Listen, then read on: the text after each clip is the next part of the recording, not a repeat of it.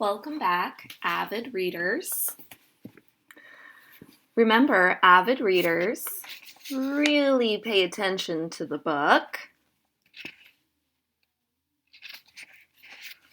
They keep a stack of books in waiting. Read a lot. Can't stop reading. Find places everywhere to read. And feel what the characters are feeling. The past few sessions, we've really worked hard on this. It's a trickier skill, but we can totally continue to work on that. Today, we're going to put some words in time out. I made even a little sign for it. They're going to go away and spend some time away from our reading and away from our reactions to the books that we're reading. So when I go back to my book, Lucky Ducklings, I might decide that at the beginning of the story, and I'll reread this section to you to refresh your memory, I have my sticky note happy here. It says, the duck family lived in a pretty pond in a green park in a sunlit little town at the end of a long island. So here I'm saying the mama duck and duckling must be happy. But today's challenge is to put the word happy in time out. Okay, so I'm going to put it in time out. My goal is to find a different word for happy. Also, at the end of my book, I have happy again. It says, and that is the end of the story, and I can see they're all back together, and they are happy. But today's question is there a better word? A just right word that also means happy? All right, super readers who are also avid readers, I made a chart that shows two words that are now going to be in timeout. The words are happy and sad. Let's talk about the word happy first and the ducklings in my book, Lucky Ducklings. Happy can also mean cheerful. That means that you may have a lot of energy, you are just excited, and whatever comes your way, you might respond in a way like, yeah, let's do it. You might be happy and playful. Playful means that you might be wanting to make jokes, actually start a fun game with someone. It also is kind of a high energy kind of word. You can be happy and not have a lot of energy. That has to do with the next word, contented. You can see it on my list. It starts with a C. Contented might mean you feel all cozy and snug. I am thinking that the ducklings in this story are contented. They are happy with their mother. And I think the mama duck is contented too. There's not a lot of flapping around in the picture. They're just swimming together and they feel like they belong with each other, which they do. But they're not running around or bouncing around.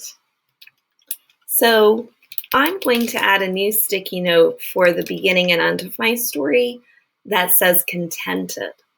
Let me share two more words with you, or three more words. One is delighted. Sometimes You could be delighted when you're surprised. You have a good surprise. You realize, well, actually, I have some candy for you. And you had no clue that your mom or dad had that for you, and you just get so excited.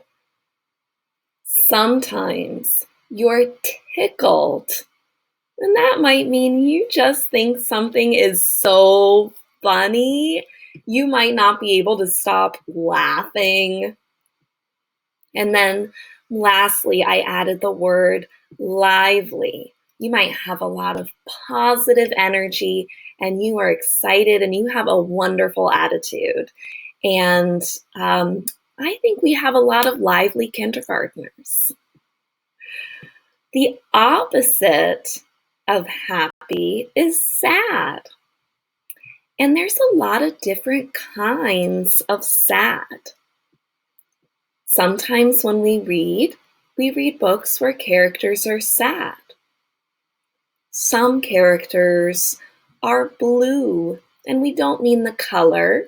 We mean that they're just not feeling too good. And their overall attitude is just the opposite of happy. I always think of the character Eeyore in Winnie the Pooh when I think of blue.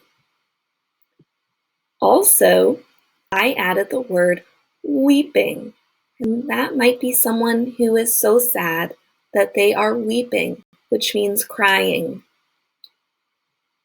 But as we know, you might be sad, but you might not be crying. The next word is similar to blue, and it's one that you can sound out. Begins with a G, glum. Glum also is a sad attitude. You might be disappointed in something, and that makes the rest of your day feel a little glum. Heartbroken. Maybe something happens and you feel like your heart hurts. Or maybe you're troubled. And a character in the story could be troubled if they're worried about something. And the last word I added for sad is disappointed. That might mean you were hoping something would happen, but it didn't. So you may feel disappointed or even heartbroken. Now, I hope that a lot of the books you read are happy. They're cheerful, they're playful, they have contented characters, delightful characters, tickled characters, and lively characters. But I know sometimes we read books where characters solve problems, and they might be troubled, but then they solve the problem and are happy again. And that is a good story. So friends, let's read a book together, and you can help me come up with some good, just right words. Who are now avid readers, I put the words happy and sad in my timeout. I can't use those in my reading right now. The book we're going to practice on together is called The Boy Who Cried Wolf.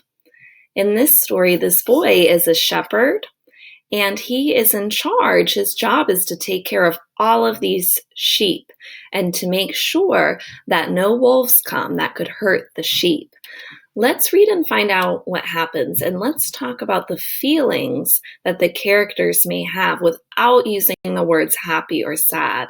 Let's try to think of some just right words. The Boy Who Cried Wolf. One day, a boy was watching over his sheep. He was very bored. He wanted to play a trick. They tell us right now how he feels, that he's bored. "Help! Wolf!" cried the boy. The people of the town ran to help. There was no wolf. The boy laughed. If I were to put a sticky note with a feeling word What would I put here? How does the boy feel right now? I think he's just tickled. He played what he thinks is a really funny joke on the townspeople because there wasn't a wolf. But he was bored, so he thought he'd see what would happen if he yelled wolf. So maybe instead of putting the word in timeout happy, I would put tickled. Well, are the townspeople who came to help him scare the wolf away, are they tickled? Not at all. I think they were very concerned that the boy was in trouble, and they stopped whatever they were doing to come help him. So that wasn't a very good trick. The next week he did it again. "Help, wolf!" cried the boy. Again, the people of the town ran to help. Again, there was no wolf. Again, the boy laughed. He was just tickled. He was feeling playful, right? We use that word, that just right word. Then a wolf really did come for the sheep. Uh-oh, they look very surprised, don't they? "Help, wolf!" cried the boy. So this time he's telling the truth, right? He's probably really scared, and so are the sheep. No one came to help. Oh no. Why didn't the townspeople come to help?